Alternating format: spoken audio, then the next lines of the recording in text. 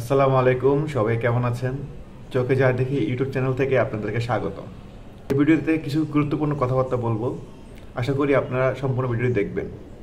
যারা আমার চ্যানেলটি নতুন অবশ্যই সাবস্ক্রাইব করে দিবেন, আর যাদের এই ভিডিওটি ভালো লাগবে অবশ্যই শেয়ার করে দিবেন। 2022, 23, 24 এই সালগুলোতে যারা পাসপোর্ট জমা দিয়েছি বা আমরা স্ক্যান কপি জমা দিয়েছি বা এখনও আমরা নুরস্তা নিয়ে অ্যাপয়েন্টমেন্টের জন্য বসে আছি, এইভাবে কি আমরা 4-5 বছর কি আমরা আমাদের পরিবার নিয়ে বা আমাদের লাইফটাকে নিয়ে আমরা বসে থাকতে পারবো? আমাদের একটা নিষ্পত্তি দরকার। আপনারা সবাই জানেন যে আমরা কিছু টাকার অঙ্কের বিনিময়ে আমরা একটা মাধ্যমের সাহায্যে ইতালিতে আমরা আবেদন করেছি। ইতালি সরকার একটা অপশন রাখতে পারতো সরাসরি, যে আপনারা অনলাইনের মাধ্যমে আপনাদের যে এক্সপিরিয়েন্স আছে সেই এক্সপিরিয়েন্স দিয়ে আপনারা আবেদন করবেন। আবেদন করার প্রেক্ষিতে যদি মালিক মনে করে যে আপনাকে নেওয়া যায়, তখন মালিক আপনাকে বাছাই করে মালিক আপনার আবেদন করবে। এই ধরনের অপশন রাখতো কোনো মাধ্যম ছাড়া। একটা সিস্টেম করে দিয়েছে যে ইতালিতে অবস্থিত ব্যক্তির মাধ্যমে কেন করতে হবে, কারণ আমরা তো আর ইতালিয়ান মালিক চিনি না বা কোন জায়গায় ভ্যাকেন্সি আছে সেটা জানি না। যদি অনলাইনে এই ধরনের একটা সার্কুলার দিয়ে দিত বিভিন্ন ক্যাটাগরি দিয়ে বলি বা স্টেট যেগুলো বলি, নাপোলি বলি বা মিলানো বলি না, বা রোম বলি, ঠিক আছে, ভ্যানিস বলি, এই বিভাগে এতজন কোটা আছে, এই সেক্টরে এতজন কর্মী নিতে পারবে এই মালিকগুলা, আপনারা আবেদন করেন। আর এটা না করে কী করলো কি, মানে ইতালিতে আছেন তাদের মাধ্যমে আবেদন করে একটা অপশন করে দিয়েছে। তো আমাদের সব জায়গায় তো দালাল থাকে, সব জায়গায় আছে, তো সেখানেও একটা দালালের সুযোগ নিচ্ছে একটা এই ফাঁকের কারণে। আশা করি মানে আমাদের যে কূটনৈতিক ব্যক্তিরা আছে না, আমাদের যে ভিডিওটি দেখেন, তো আপনারা অবশ্যই পরবর্তীতে ইতালিয়ার সাথে যে আপনাদের চুক্তি থাকবে বা আপনাদের বন্ধু রাষ্ট্র হিসাবে যেই আদান প্রদানগুলো হয়, সেখানে আপনারা অবশ্যই আলোচনা করবেন যে আসলে এই ফ্লুসি সিস্টেমটাকে যদি আমাদের সব দেশের জন্য হোক বা আমাদের দেশের জন্য হোক একটা একটা সিস্টেম করে দেয় যে এইভাবে আবেদন করা যাবে। এখন বর্তমান যে সিস্টেমটা আছে এখানে আপনার দালাল থাকবেই, কারণ আমরা তো আর জানি না, আমার যেই নিকটবর্তী ব্যক্তিটাকে আমরা চিনি খুব আপন ভাবি, সেই যে দালাল না সেটা তো আমরা বলতে পারি না। কারণ একটা কাজকর্ম করার পরে বোঝা যায় সে দালাল কি দালাল না। কারণ আমরা এখানে অর্থ বিনিময় যখন চলে যায় তখন এখানে লাভ লস চলে আসে। আজকে যদি অর্থ বিনিময় না হইতো, যেই পরিমাণ ফি 16 ইউরো দিয়ে যে আবেদন করার যে সিস্টেমটা যদি আমরা যদি সত্যি হইতো, তাহলে আমরা কিন্তু কেউ এতদিন অপেক্ষা করতাম না। কিন্তু আমাদের কাছ থেকে এই নুরস্তা কপি দিয়ে আপনার 10 লাখ, 8 লাখ, 15 লাখ অনেক টাকা নিয়ে গিয়েছে, আমরা এটা প্রত্যেকেই জানি। তো আমার এতগুলো কথার মেন কারণ হচ্ছে কি, একটা জিনিস একটা সিস্টেম করে দেখ যাতে করে দালাল চক্র আমাদের কাছ থেকে কোনো ধরনের টাকা নিতে না পারে। ইতালি সরকার যে ফ্লুসি দিয়ে থাকে, এই ফ্লুসির কিছু সূক্ষ্ম ফাঁক ফোকরের কারণে এই দালালরা কিন্তু সুযোগগুলো নিয়ে আমাদের মতো ভুক্তভোগী যারা আছে আমাদের সর্বনাশ করে দিচ্ছে। দেখুন, আমরা বিগত সময়ে কয়েক দফায় আমরা মানববন্ধন বলি বা অবস্থান কর্মসূচি বলি, বিভিন্ন ধরনের পদক্ষেপ নিয়েছি। প্রধান উপদেষ্টা কার্যালয় স্মারকলিপি দিয়েছি।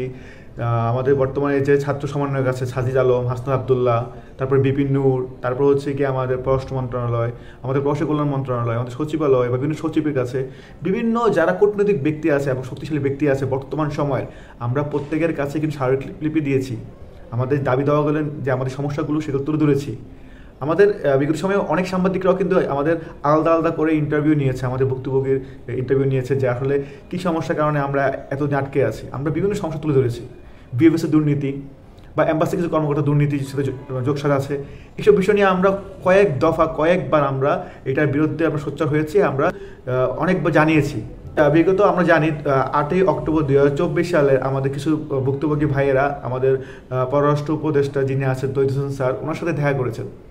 উনি আমাদের আশ্বাস দিয়েছেন যে অ্যাম্বাসেডর নাকি বলেছে যে ডিসেম্বর 2024 নাগাদ 20,000 পাসপোর্ট ক্লিয়ার হয়ে এসেছে রুম সিটি থেকে, এবং সেগুলো 2024 সালের ডিসেম্বরের মধ্যে তারা ক্লিয়ার করে দেবে। আর বাকি যে 30-40,000 আটকা আছে সেগুলো 2025 সালে জানুয়ারি, ফেব্রুয়ারি, মার্চের দিকে তারা ক্লিয়ার করে দেবে। কিন্তু ওনার আশ্বাসের ঠিক 7 দিন পরেই আমরা দেখলাম যে নতুন একটা আইন দিয়েছে, মানে ইতালি সরকার আইন গঠন করে সেটা বলেছে যে এখন পর্যন্ত ওই দিন 16 অক্টোবর, এটা সম্ভবত আইনটা হয়েছে 11 অক্টোবর পর্যন্ত যত আবেদন জমা পড়েছে ইতালি ভিসা পাওয়ার জন্য, প্রত্যেকটা আবেদন আবার পুঙ্খানুপুঙ্খভাবে ইতালিতে প্রেরণ করা হবে। সেগুলা এক এক করে বিভিন্ন ফেপুত্তরা এগুলা চেক করবে, আমাদের নুরস্তা অরিজিনাল তাহলে আমাদেরকে ভিসা দিবে।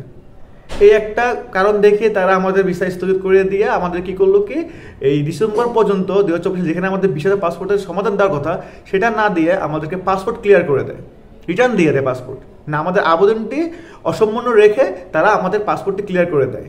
কারণ তারা 10 মাস, 12 মাস, 14 মাস তখনকার সময় আমাদের 18, 19 মাস, 20 মাস হয়ে গেছে, আমরা এখন পর্যন্ত কোনো নিষ্পত্তি পাচ্ছি না। তো পাসপোর্ট তো আমরা আলমারিতে রেখে দিলাম, আমাদেরকে 2 মাস লাগে পাসপোর্ট রিটার্ন না দিয়ে আমাদের যেই আবেদনের নিষ্পত্তি করে দিত, কার্ডটা হচ্ছে কার্ডটা ডুপ্লিকেট, এগুলো করতে কি এতদিন লাগে? যাই হোক, আমরা বিভিন্ন সময় বিভিন্ন পদক্ষেপ নিয়ে আমরা কোনো কিছু পাইনি, আমরা তো আশার বাণী পেয়েছি, আমরা আর পারতেছি না। আমরা বিগত 8 অক্টোবর যে আমাদের পররাষ্ট্র উপদেষ্টা যিনি আমাদেরকে আশ্বাস দিয়েছিলেন ভিসা ক্লিয়ার হবে এবং সবগুলো ক্লিয়ার করে দিবে আস্তে আস্তে, সেই আশ্বাসে আমরা এতদিন চুপ ছিলাম। এখন আমরা এই মাসের 16ই মার্চ 2025 জাতীয় প্রেস ক্লাবে আমাদের কিছু সহযোদ্ধা ভাইরা মিলে আমরা একটি সংবাদ সম্মেলনের আয়োজন করতে যাচ্ছি, যেখানে আমাদের গত 2 বছরের যে সমস্যাগুলো আছে ইতালি ভিসা আবেদন করে, সেই সমস্যাগুলো আমাদের জাতির কাছে এবং আমাদের মাননীয় প্রধান উপদেষ্টা ডক্টর মোহাম্মদ ইউনূসের নজরে আনার জন্য আমরা সম্মেলনটি রেখেছি। আমরা ভুক্তভোগীর পক্ষ থেকে আমরা এটা করার চেষ্টা করতেছি এবং হাজার হাজার ভুক্তভোগী আমাদেরকে সায় দিয়েছে, আমাদেরকে মতামত দিয়েছে যে আপনারা এইভাবে করতে পারেন।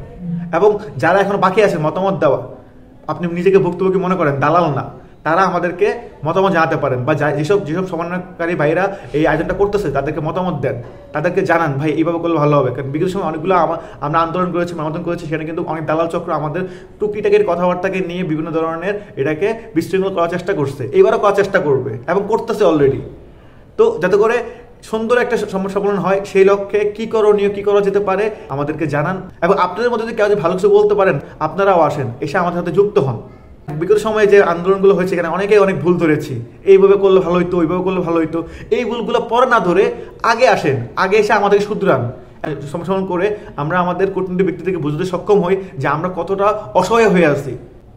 বিগত সময়ে আমাদের পররাষ্ট্র উপদেষ্টা আমাদেরকে আশ্বাস দিয়েছিলেন যে আমাদের প্রধান উপদেষ্টা ডক্টর মোহাম্মদ ইউনূস স্যারের সাথে আমাদের প্রতিনিধিকে দেখা করাই দিবে আমাদের যে সমস্যাগুলো আছে সেগুলো শোনানোর জন্য। এই জন্য আমাদের কিছু সমন্বয় বাইকে কিন্তু পাসপোর্ট নাম্বার, প্রোটোকল নাম্বার, বিভিন্ন ঠিকানা, address, everything A to Z number নিয়েছে। 26শে ফেব্রুয়ারি আমাদের একটা প্রতিনিধি দল আবার গিয়েছে প্রবাসী কল্যাণ মন্ত্রণালয়, সেখানে যে তাদের সকল বায়োডাটা, সকল ঠিকানা দিয়ে এসেছে একটা উদ্দেশ্যে, যে ডক্টর মোহাম্মদ ইউনূসের সাথে দেখা করে দেওয়ার জন্য। কিন্তু এই জিনিসটাকে পুঁজি করে আমাদের কিছু দালাল চক্র বা কিছু কুচক্র লোক, তারা আমাদের সাধারণ ভুক্তভোগীকে অন্যদিকে মোটিভ করানোর জন্য যে যেসব সমন্বয়কারী এইসব প্রোটোকল নাম্বার দিয়েছে তারা পার্সোনালি ভিসা পাওয়ার জন্য তদবির করে এসেছে। আরে ভাই, যদি তদবির করা যায় তাহলে আপনারা বসে আছেন কেন? আপনার দালাল চক্ররা, আপনার কুচক্ররা বসে আছেন কেন? আপনাদের যেসব নুলস্তে আটকে আছে, যারা ব্যবসা করেছেন, বিজনেস করেছেন, তারাও পার্সোনালি ভাবে যে দিয়ে আসেন না, দেখেন আপনাদের ভিসা হয় কি না। দালালরা চায় যে এই ভুক্তভোগী হয়ে থাকুক, তারা যেন ভালো কিছু না করে। আমরা আমাদের জায়গা থেকে চেষ্টা করে যাব আমাদের মাননীয় উপদেষ্টার সাথে দেখা করার জন্য, অথবা আমাদের যে সমস্যা আছে সেটা জাতিকে তুলে ধরার জন্য, কিভাবে খুব তাড়াতাড়ি এটা নিরসন করা যায় সেই লক্ষ্যে আমরা কাজ করেই যাব। ভুক্তভোগীরা তাদের সমস্যা জানে, তাদের কী করতে সেটা জানে, সেই জন্য তারা চেষ্টা করে যাচ্ছে। এটা ভালো হইতে পারে, খারাপ হইতে পারে, সেটা 16 তারিখে পরে বলা যাবে। সো দয়া করে যারা ভুক্তভোগীরা আছেন তারা কোনো দালালের কথা না শুনে, কোনো দুষ্কৃতিকারীর কথা না শুনে, আমি একজন ভুক্তভোগী হিসাবে যত ভুক্তভোগী আছে তাদেরকে আমি আহ্বান জানাবো 16 মার্চ 2025 সাল জাতীয় প্রেস ক্লাবে সকাল 10 ঘটিকায় আপনারা চলে আসবেন। আর একটা কথা হচ্ছে গিয়ে, যারা এই 16 তারিখে কথা বলবে তাদেরকে আমরা সিলেক্ট করতেছি আমাদের ভুক্তভোগীর পক্ষ থেকে। আবারও বলতেছি, আপনাদের মধ্যে কেউ যদি ভালো বলতে পারেন আপনারা আমাদের সাথে যোগাযোগ করেন, বা যেসব সমন্বয়কারীরা এসব কাজ করতেছে, কষ্ট করতেছে, তাদের সাথে যোগাযোগ করেন, তাহলে আপনাকেও সেই দলে যুক্ত করা হবে যদি আপনি ভালো বলতে পারেন।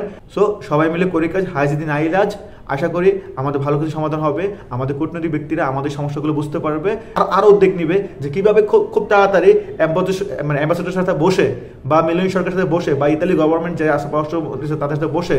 কিছু থেকে আপনারা দেখেছি মারিয়া ত্রিপদী নামে একজন ভাইস মন্ত্রী এসেছিলেন আমাদের বাংলাদেশে, নিশ্চয়ই উনিও কিছু একটা বার্তা দিয়ে গেছেন। ওনার সাথে যোগাযোগ করে, বিভিন্ন মাধ্যমের সাথে যোগাযোগ করে আমাদের এই ভুক্তভোগীদেরকে 40,000 50,000 ভুক্তভোগীদেরকে খুবই তাড়াতাড়ি এই দুদক থেকে উদ্ধার করবে। আশা করি আমরা সফল হব। একতাই বল, আসেন সবাই একসাথে কাজ করি। ভিডিওটি অনেক বিলম্ব হয়ে গেছে, ভুলভ্রান্তি কিছু বলে থাকলে ক্ষমা দৃষ্টি দেখবেন। আর আমার কমেন্টে অবশ্যই জানাবেন আপনারা কী ধরনের সম্মেলন চান, অবশ্যই জানাবেন।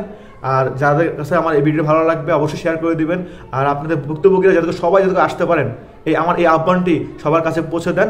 সবাই ভালো থাকবেন। আগামীতে ভালো কোনো সংবাদ পেলে, ভালো কোনো কিছু বলা থাকলে আবার আপনার সাথে হাজির হব। সেই পর্যন্ত সবাই ভালো থাকবেন। আসসালামু আলাইকুম।